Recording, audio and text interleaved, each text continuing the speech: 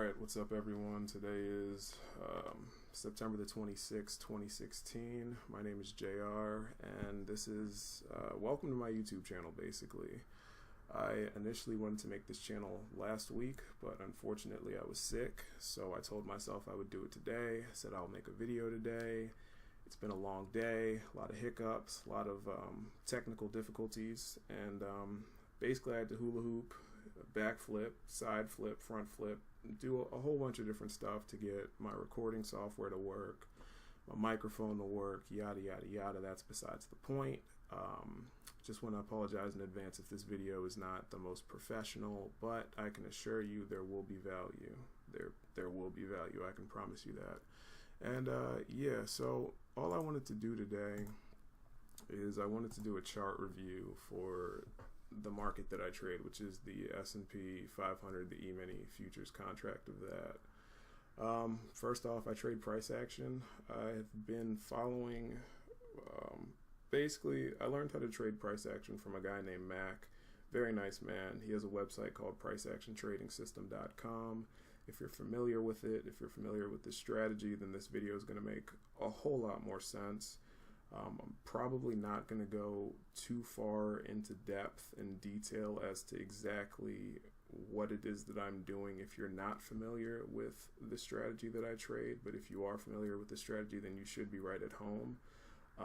If I decide to continue with these YouTube videos, then most likely I'll probably expand on that, maybe have some specific like tutorials about trend lines and channels and things of that nature, breakout, just different aspects and faculties of price action and the specific way that I learned to trade price action from Mac.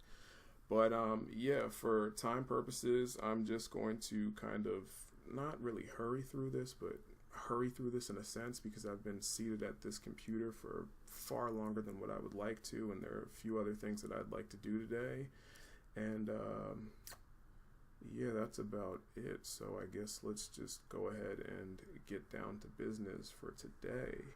Oh yeah, and another thing I'd like to say, I've basically been trading price action I've been trading futures and price action since about May of 2015, I guess you could say. I recently graduated from college, so I was kind of trading a bit sporadically. I wasn't able to get on every morning and study it like how I really should study it. But now that I'm done, I've been putting forth more time and all that good stuff. Things are coming together nicely, progressing, yada, yada, yada.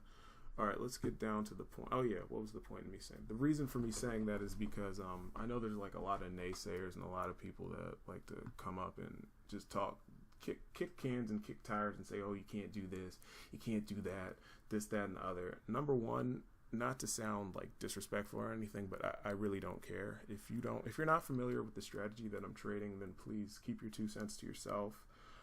If you are familiar with it, yeah, then by all means, go ahead, feel free to comment, suggestions, things of that nature. We're all in essentially the learning process together. But once again, if you don't trade price action, you don't follow Mac's strategy specifically, please just keep your comments to yourself. I really don't care. I'm not going to respond, things of that nature. And yeah, for the most part, I know what's going on, but also I'd like to apologize if I do say something that may be partially incorrect, but for the most part, I'm pretty sure that everything's going to be right for the most, but not to sound arrogant, but everything is going to be, not everything, but for the most part, it's going to be right. Okay, I've wasted enough of your time already. Let's begin. So today was pretty much, it was a range day with a slight downward bias, so you could really trade this both ways if you know what's going on. And let's jump to the beginning.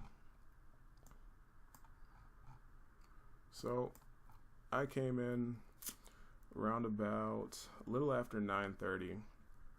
As I came in, basically this channel had already worked down. We had this short-term down channel, and we had a break right here, and there was an upward channel, not short-term upward channel, but short-term uptrend working up.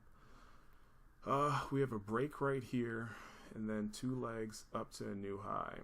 I personally didn't think that it'd be a good, well, number one, I wasn't here right there, so that's why that's not marked. That's 8:17 in the morning. I typically don't get on until 9:30 a.m. Eastern time, but unfortunately this first trade I was still brushing my teeth, so I missed that one. And even if I was here, I might have still missed it, because as you can see, that took off pretty quickly and there's a gap right in there. But back to the point of the trade. So this is a failed second entry long. So what could include you into this trade is the fact that you have this downward channel working down. You have a break of that and no new low yet. All right, but before you try to go short, because the second entry short triggers right here, you can't go short there because you've got this upward channel working up, and that's a bit premature.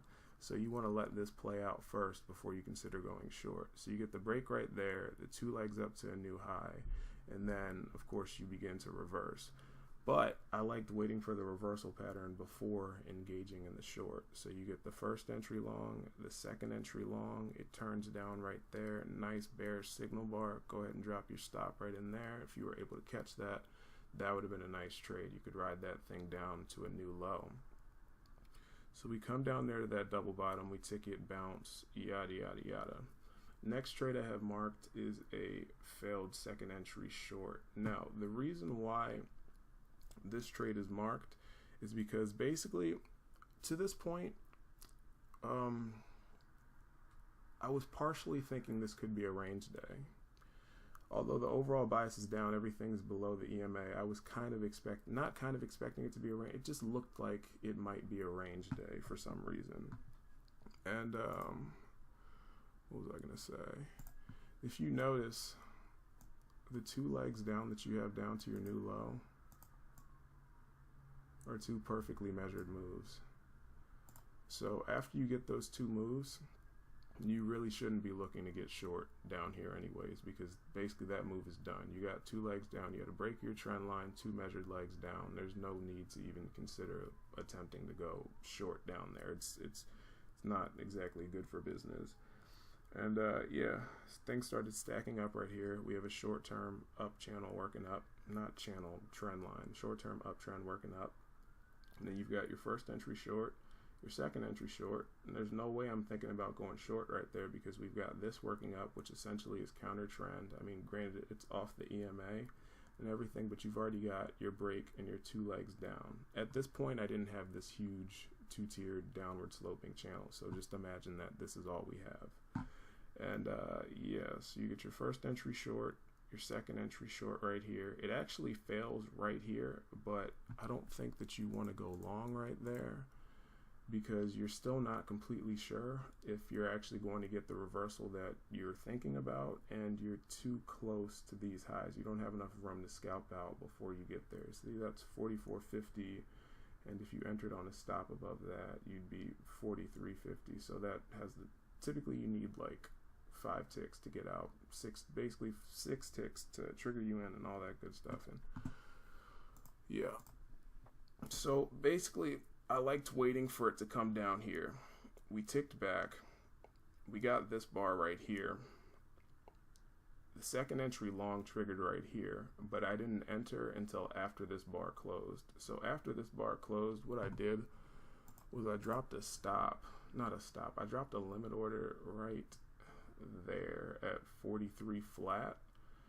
Wait, was it 43 flat or was it 40? It was 43.25. Yeah, I dropped a limit order at 43.25 just to make sure that I would have enough room before the highs at 44.50, because ideally I like to get, typically you want 5 ticks for your exit, because usually it'll have to tick through it to get filled. So I did that one right there. That was a failed second entry short down there at the low. And really this is probably your signal bar right there. But if you entered on a stop, you could wait until that broke above it and then dropped a limit order, a couple ticks back in there. But yeah, so technically, yeah, that's your signal bar, I guess. And then we shoot on through. And another reason why I like this trade is because you figure you have people trapped right here, because you know people are getting short right there, and you know if we can push through that, then we're going to hit their stops and we're going to keep moving. So yeah, we push on through that, start going up. You have a break here, short term up channel, break, move down, pop up to a new high. Now, after you get this swing that's slightly higher than this previous swing, it's probably a good idea for you to go ahead and draw a trend line off the bottom two swings. And to start off with, what you could do is you could just slap it right there, and then when you shoot through that, you're most likely going to want to take it to the next point, which is right there, and that way you could know that we're most likely going to bounce right there before we even get to that point, so you can be prepared for that. I didn't like going short right here because you don't have a break of this channel yet, so that's a bit risky. It would have worked, but I think you're better off to wait. And basically you get a break and then you get a pop up to a new high. It's the third touch of your short-term channel, and you get a nice bearish bar, so just go short right there. Push back on down, you're a decent ways away from the EMA. Then you get the reversal pattern right here. You get your first entry long, your second entry long again. At this point, I'm still thinking it's probably a range day, which, I mean, it really was a range day, but there's a downward bias to it for the most part, but it's a range day basically. So you get your failed second entry long right here. Most people were probably looking to get long down here, especially when they see a bar like that, but the reason why you can't really get long is because you've already had a break of this one and a new high, and typically when you come off one side of your channel, you're most likely going to the other side. So in my opinion, you're better off to wait and see if you don't catch a trap, because it's just, just wait. Don't do it. There's not a good enough reason to go long right there. Sure enough, you get your failed second entry long, ticks one tick higher, comes on down, nice bearish bar. You know you got people trapped. You know you got people getting long right down there where that support area is. Just go short right there. Then it pushes on through. And then at this point, you definitely don't want to go long right there. I'm sure there were a lot of people that went long right there and expecting that thing to go up, because that's coming right off your trend line. You had a failed break beneath that, which I'm not going to lie, this is tempting for a long setup right here. This is partially tempting due to the fact that you've got a range, not a range, but you've got, congestion, a range, basically synonymous. And the way that I trade, the rules say you get a breakout, you fade it, and most breakouts fail. So it was probably tempting to go long right there. The thing that can keep you out of going long right there is the fact that you've got a reversal pattern, okay? I mean, granted, it triggers while it's still above the EMA, but you also have a downward channel working. So regardless, you shouldn't be looking to go long down there because this hasn't fully played out. So just sit tight, and maybe you'll catch a trap. And sure enough, you do. You get your first entry long, break your channel right there. So as you can see, if you had gone long right there, that thing would have ticked you in and just basically reversed on you. So you get your first entry long, pull back, your second entry long right here. Nice bearish signal bar, ticks up, goes right out the bottom. I personally like putting a stop one tick beneath this bar in a scenario like this, because you have people trapped. You got them trapped right there. Because when you look at all these wicks, let me get rid of this crosshair. When you look at all these wicks, you look at all these stems, you look at this support that's right there. People buy. People like to buy right there. And whenever people are buying, well, not whenever people are buying, basically, whenever something looks like it's going to happen, whenever you've got something stacked up right there, you've got the opposite order on the opposite side of it, essentially. So if people are buying right here, their sell stops are most likely going to be right there. So if you can push through this strong enough, you're most likely going to get the fuel that you need to continue down and, successfully complete your move. So, geez, this is actually kind of difficult explaining this stuff. It's because I think so much and just so much to say, but yeah. So you get your second entry long right here. It fails. It's right off your trend line in your EMA. Go short right there. I actually like dropping a stop one tick beneath that, or you could put a stop underneath that. Either or, they both would have worked. Yeah, it plays out nicely. Now, I didn't take this trade down here. I don't necessarily like it, but there's reasons to consider it and there are reasons to like it, and I will explain that right now. Basically, you have two essentially perfectly measured moves down. Okay, it's 2 legs down, boom, boom, 2 measured moves. Ticks down right there. You're a decent ways away from the EMA. You had an overshoot at your channel, and usually you come off one side, you're going to the other side. So there's reasons to like taking that. I personally didn't take it, but I have it marked down there because there's reasons to want it. There's more reasons to want to take it than to not want to take it, I guess you could say. I think you're better off skipping those, especially if you don't know what's going on, because you'll get burned sometimes. You'll get burned if you're just trying to pick and choose and guess at this. But yeah, that was a long that you could have taken. 2 measured legs down, decent ways away from the EMA. And there's also, if you're really paying attention, there's also support right there. So usually when you break out, you're going to pull back. So there's several reasons to consider taking that. And yeah, so that'd be good for a scalp. Shoot on up, you get your overshoot, your break of your trend line. And I was actually looking to go short right here. Okay, I had my stop ready, 1 tick beneath that. Fortunately, I didn't get ticked in. The main reason why I was looking to go short right there is because that is a failed second, well, not necessarily, yeah, that's a failed second entry long, right off the trend line, right off the EMA. There's reasons to probably avoid that, but there's also reasons to take that, so that's why I was going to go short right there. But then when it didn't tick me in right there, I just canceled the order. It would have ticked you in right there. Let me see if that would have worked, actually. But 41.75.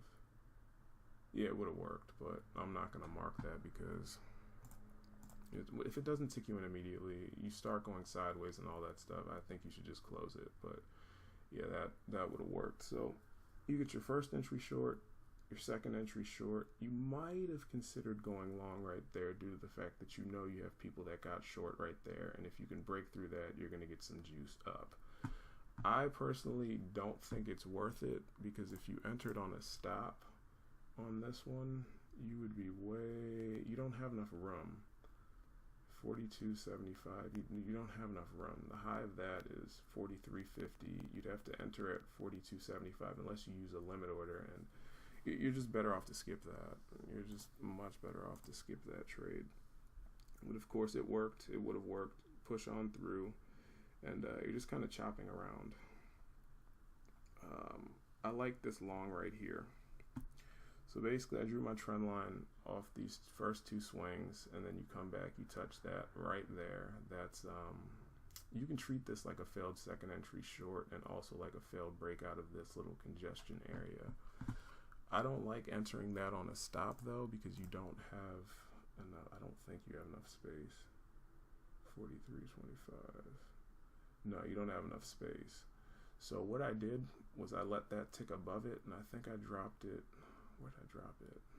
Did I drop it right there? I think I dropped it at 42. Yeah, I dropped it at 42.75, 1 tick back into it. So basically 2 ticks better than the regular entry would have been, and that worked out. Now, another thing that I wanted to talk about was this trade right here. Let me put this on here to show you what could have like kind of clued you into this move. This so much isn't that great of a signal bar, but this right here really should be your signal bar. And let me show you something as to how you could have known that this was going to happen, because I sat up here and I studied this afterwards, and I was like, how could I have known that right there was going to happen? Because it basically just reversed. I was expecting we were going to keep going up a little bit higher after we keep failing to go lower, but we just reversed. And then upon a bit further investigation, you can get your trend line. Basically, there are many ways. There's just so much to say about this stuff. Pretty much, you could have known that this was going to happen if you had drawn your trend line off the lows. So you could have drawn a line from there to right there. This is a bit more advanced, so you could have drawn it from there to there. Make sure I get this just right. Could have drawn your line from there to there. Take that, put that right there. And as you can see, that's around about where it's at. There's a way to get it better. Let me see if I can get that better. Just to show you that you can get these lines before they actually come back to it. Because I know some people don't believe that that's possible. But you can, in fact, have these lines on here before the move actually occurs. And there we go. That's perfect. So as you can see, I literally just took that line, drew it off that swing. I mean, initially you might have wanted to start it from there to there, and then when you go through that, just go ahead and draw from there to there, and see how that works out. And then just drag it up top. It goes right on up, touches that, and flips over. And another thing that might have clued you into it is this one right here. It's coming off the top of that channel, coming off the top of your short term upward. Damn, this video is so long. I'm like so scatterbrained. I don't even know if I'm gonna upload this, but no, I'll probably upload it just for the sake of uploading it. If you watch it through its entirety, then more power to you. Congratulations, all that. But yeah, so yeah, you can get these things off the bottom sometimes. So I just drew that off that, slapped that up there, and I realized this one after the fact, because I wasn't considering going short, but I was like, why did we just flip down like that? Like, what caused that? But there's several reasons, and also, just to show you that this is in fact a legit channel, let me adjust this a little bit. I mean, it doesn't have to be perfect, but usually close enough is good enough. But you have to be, for the most part, really close. So you got that right there. Let me change the color of this because this is getting really cluttered. Also, I apologize if I'm mumbling, but yep, first time.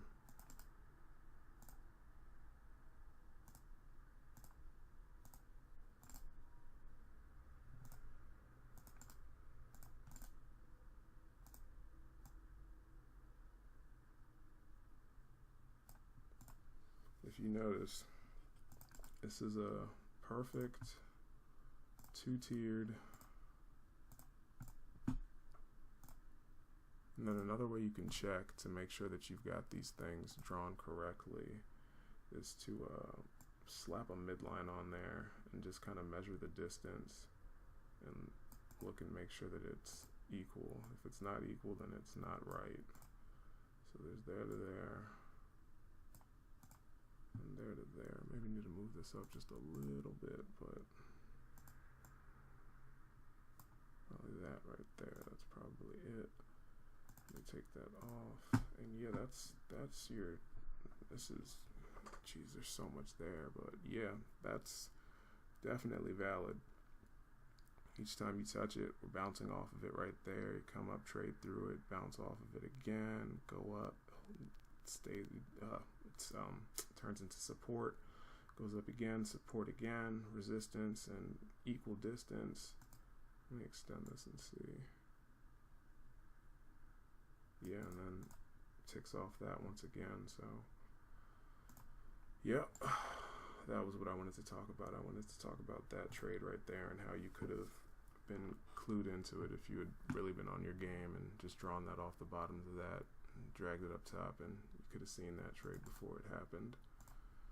So all right, where was I? Oh yeah, okay, so the failed second entry, not a legit second entry short, but you can treat this as a failed second entry short. Right off the trend line, nice long, it's a failed break lower, go long right there. You could have gone short right there based off the reasons that I just showed you. Hopefully that's correct, hopefully I'm not incorrect. And there's also a lot of, that was also a breakout to come back and retest this area up top here, so that's another reason why you might consider going short right there, but it's a little tad bit sketchy, but that definitely would have been a nice trade. So you trade on down, you get a break your trend line, then you have a short right here. All right, you get your first entry, your second entry is right here. Don't take that. Main reason why I say don't take that is because you've got this working up. So just hold on a second, wait and see if you can get a better entry, and you want this to play out. So, of course, you get a break, move on up to a new high, it retests this previous level of support, which is now turned into resistance. You get your new high, and you don't get a short entry until this bar right here. And I really like this entry because basically when you see really bullish bars like this, people who don't really know what's going on and what's taking place, what the market wants to do, where people's orders are going, they're going to buy something like that. They just see, oh, we're flipping over, let's buy. So they buy right there. This thing ticks up, takes them in, and it just reverses on them. It just reverses on them nicely. And also, you've got a little mini range right here. So that's a failed breakout. Just go short right there. You still need a new low for this working down here. And then last trade of the day that I saw before the 3 o'clock hour was this long right here. So basically we were pushing for a new low for this here channel, well, this short-term trend. And we push back, we bounce off that strong area, well, it turns into stronger support right there. We bounce, we pull back again, then you get another touch, comes back down for a double test, ticks lower than this, turns up, really strong bullish bar, just go long right there. At this point, this has turned into basically a trading range, and usually you can just trade from side to side, you know, buy the lows, sell the highs. You're buying the low right there, and that would have worked out to be a nice trade, and that was pretty much it for the day. Yeah, so this is my first video. Honestly, don't even know if I'm gonna upload this because this was the longest, most scatterbrained rant, I guess you could say, but hopefully you were able to decipher through the rambling and find some value in it. What else? Yeah, I guess it's just kind of difficult, like, recording stuff when you're not used to blatantly recording your thoughts, because I think this stuff in my head all day as I'm trading, and it makes a lot of sense to me. I don't really verbally explain it, but I know what's going on. But I guess when you try and put it in words for someone else to hear what it is that you're thinking and why you're doing what it is that you're doing, it's harder. So yeah, just trying to, I guess, figure out my style, my particular method and flow of making these videos to the point where people are actually able to sit through it in its entirety, because if you're still here, God bless you. You might not still be here, because this is much longer than what I expected and not as direct as it needed to be. So hopefully I still have your attention. But yeah, hopefully I didn't forget anything or explain anything poorly. But yeah, I might give it a shot, continue trying to do this for a bit. But yeah, I guess that's pretty much it. And yeah, so I will see you guys later.